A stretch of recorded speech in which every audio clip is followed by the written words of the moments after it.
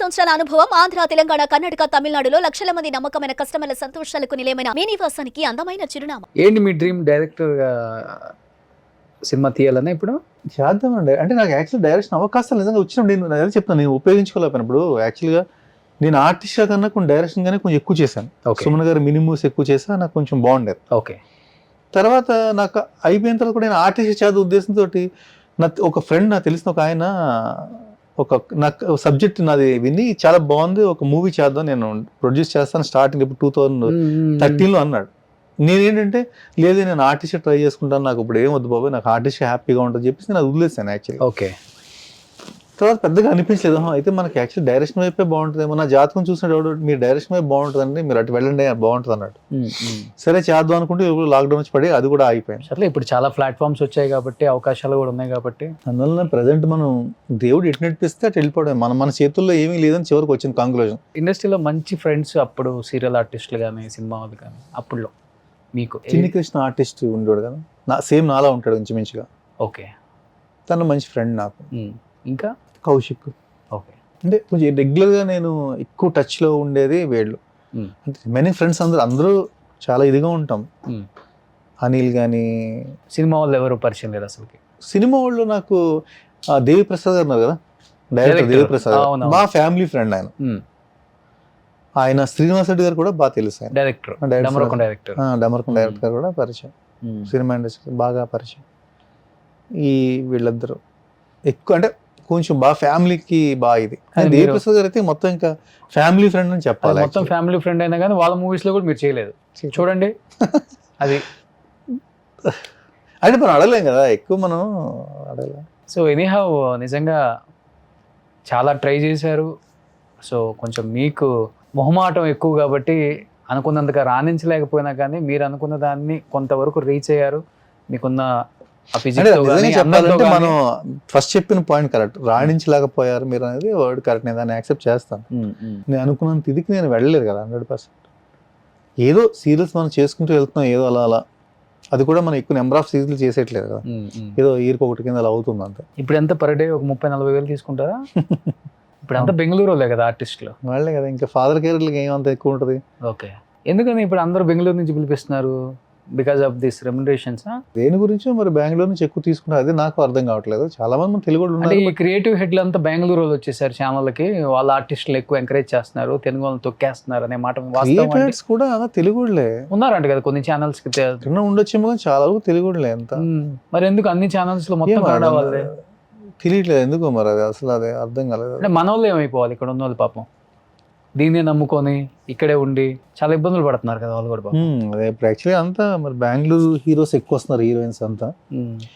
వాళ్ళ టాలెంట్ బాగుందేమో మరి, ఒకవేళ మన వాళ్ళు కన్నా మన వాళ్ళు టాలెంట్ లేకుండా ఉంటుంది. మన వాళ్ళందరూ సరే బెంగళూరు వెళ్ళి ట్రై చేసుకోవాలి. తెలుగు ఇండస్ట్రీ ఒక్కటే మిగతా ఇండస్ట్రీని బాగా ఎంకరేజ్ చేస్తుంది. మిగతా ఇండస్ట్రీలు ఎవ్వరు కూడా తెలుగు ఇండస్ట్రీని ఎంకరేజ్ చేయరు. అవును, యాక్చువల్లీ కన్నడ వాళ్ళు ఉన్నారంటే అసలు మన తెలుగు అంటే ఆఫర్ ఇయ్యరు, అసలు ఆఫర్ ఇవ్వరు, ముఖాన్ని చెప్పేస్తారు.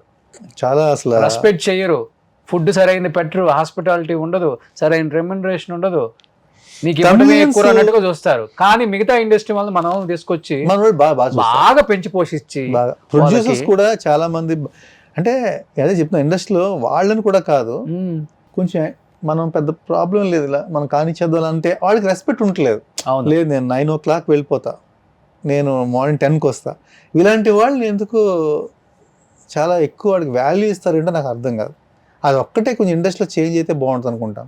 ఇప్పుడు నేను రాత్రి 10 అయినా పర్లేదు 11 అయినా పర్లేదు నేను చేస్తాను, వాడు కోఆపరేట్ చేస్తాను, వాడికి ఇంకా కొంచెం మనం వాల్యూ ఇవ్వాలి.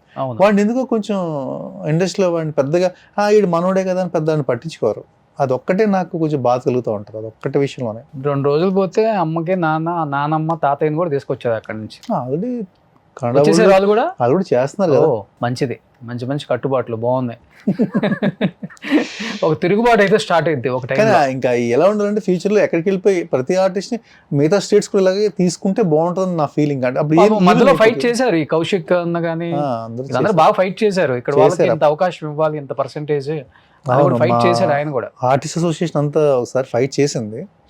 ఫైట్ చేసినా అది ఏమవుతుంది, అందులో చేంజ్ రావాలి కాబట్టి అది జరగదు. అందుకే నేనేమనుకుంటానంటే మిగతా స్టేట్స్ లో వాళ్ళు కూడా ఇలాగే అందరినీ వాళ్ళు కూడా తీసుకుంటే బైకాట్ చేయాలి, వాళ్ళని కూడా మనం అది బెస్ట్. ఫస్ట్ బైకాట్ చేస్తేనే మనం వాళ్ళకి బాయ్కట్ అవ్వట్లేదు కాబట్టి ఇంకా అట్లీస్ట్ మిగతా స్టేట్స్ లో కూడా మనలాంటి మనం కూడా వాళ్ళని తీసుకుందాం, కన్నడ తెలుగు వాళ్ళని తీసుకుందాం అనే ఫీలింగ్ వస్తే మళ్ళీ ఈవెన్ అయిపోద్ది కదా. మనం అటు చేస్తుంటాం, ఈవెన్ అయిపోద్ది కానీ వాళ్ళది ఈవెన్ అవనివ్వరు కదా. అవనివ్వట్లేదు, అదే కదా. తెలుగు వాళ్ళు అంటే వాళ్ళకి బెగ్గర్స్ లాగా ఉండాలి, అడుక్కోవాలి వచ్చి మాకు ఈ క్యారెక్టర్ ఇవ్వండి సార్, మా ఆ వచ్చి రాని కన్నడ భాషతో, ఆ వచ్చి రాని తమిళ భాషతో ఒక క్యారెక్టర్ కుడుంగ సార్, எனக்கு சாப்பாடுக்கு ரொம்ப இதெல்லாம் போய் మనం అడుక్కోవాలి. మళ్ళీ ఏంటో మారాలండి తమిళియన్స్ మళ్ళీ పాపం బాగానే ట్రీట్ చేస్తారండి. వాళ్ళు తీసుకోవట్లే కానీ ఒకవేళ మనల్ని తీసుకుంటే మాత్రం వాళ్ళు బాగానే ట్రీట్. నేను చేశాను ఒక సీరియల్, బట్ బాగా ట్రీట్ చేశారు వాళ్ళు చాలా. అప్పట్లో కాదు, అది 2015-16 చేశాను. అదే 10 years బ్యాక్ మరి చెప్పేది. 10 years. అప్పటికే మన దాంట్లో తెలుగు కన్నడ తీసుకుంటున్నారు కదా. దీని గురించి మాట్లాడుకుంటూ పోతే ఒక 2 episodes పడుతుంది, అంత ఉంది చరిత్ర పాపం. సరే పాపం వాళ్ళు పోతారు, సో అంత మీరు అన్నట్లు తలరాత, దానికి మించి నేను లేదు కాబట్టి. సో ఇప్పటికైనా కానీ ఇండస్ట్రీ మంచి క్యారెక్టర్స్ మీకు ఇవ్వాలి. ముఖ్యంగా మీరు ఫోకస్ చేయండి బిగ్ స్క్రీన్. సో మచ్ చేస్తా. సో మంచి మంచి స్టార్ హీరోస్ పక్కన ఒక మంచి తమ్ముడు అన్న మంచి అవకాశాలు మీకు వచ్చే అంత ఫిజిక్ ఉంది కాబట్టి డెఫినెట్గా ట్రై చేయండి. అడగని అమ్మాయినా పెట్టదు. ఇండస్ట్రీ వాళ్ళకి కూడా మీరేంటో తెలియాలి. నేను ఇది చేయగలను అనేది కూడా వాళ్ళకి తెలిసినప్పుడే మీకు ఒక అవకాశం వచ్చిందంటే ఇంకా ఆపేది. అవకాశం వచ్చినప్పుడే మనల్ని ఆపేవాడు ఎవడున్నాడు. పవన్ కళ్యాణ్ గారు చెప్పినట్లు మనల్ని ఎవరు ఆపేది అన్నట్టు. సో ఇండస్ట్రీ ఇప్పుడు పెద్ద స్కేల్లో పెద్ద సినిమాలు, ఓటీటీ అంతా మనకు మంచి ప్లాట్ఫామ్స్ వచ్చేసినాయి కాబట్టి మంచి మూవీస్ చేయాలి. ఇంద్రనాథ్ గారు చాలా ఇయర్స్ తర్వాత 21 సంవత్సరం తర్వాత కుండ బద్దలు కొట్టిన ఒక మంచి ఇంటర్వ్యూ ఇచ్చారు. Thank you so much. రెస్పెక్ట్తో ఇక్కడ దాకా వచ్చినందుకు, ఇంతసేపు మాట్లాడినందుకు, ఉన్న డౌట్స్ని కూడా క్లారిఫై చేసినందుకు. ఏమన్నా నొప్పించుంటే క్షమించండి. నొప్పించలేదు, మెప్పించారు. Thank you so much.